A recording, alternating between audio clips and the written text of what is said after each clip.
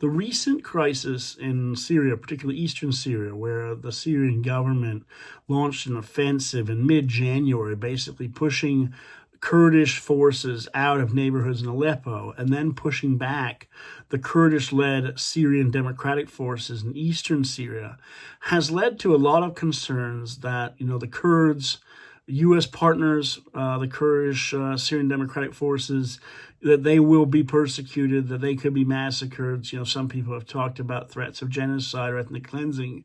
And this is important. The Kurds have fought alongside the United States.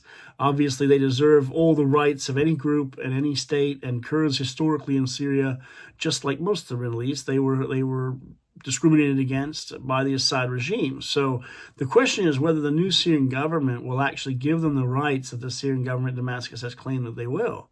And so far, the clashes, in eastern Syria and the rhetoric and actions of some of those supporters of the Syrian government against the Kurds is not something that leads to a lot of optimism, because you see posts on social media, attacking Kurdish women fighters of the SDF, or you see, in fact, videos, where they insult the Kurds or use all sorts of slander against them in videos and threats to the women and Kurdish men. So it's not good. And the question is also whether or not Kobani, which is a Kurdish city in eastern Syria, what will happen there, because currently it's under siege by the Syrian government. And there's reports, it's so cold there that kids are perhaps at risk of dying. And there's been reports that some have passed away. So it's very important that the international community make sure that Kurds get their rights and that the clashes and the ceasefire there is extended or the clashes stop, and make sure that that happens. It doesn't mean that the SDF necessarily has to control those areas forever. There has to be some sort of integration or accommodation.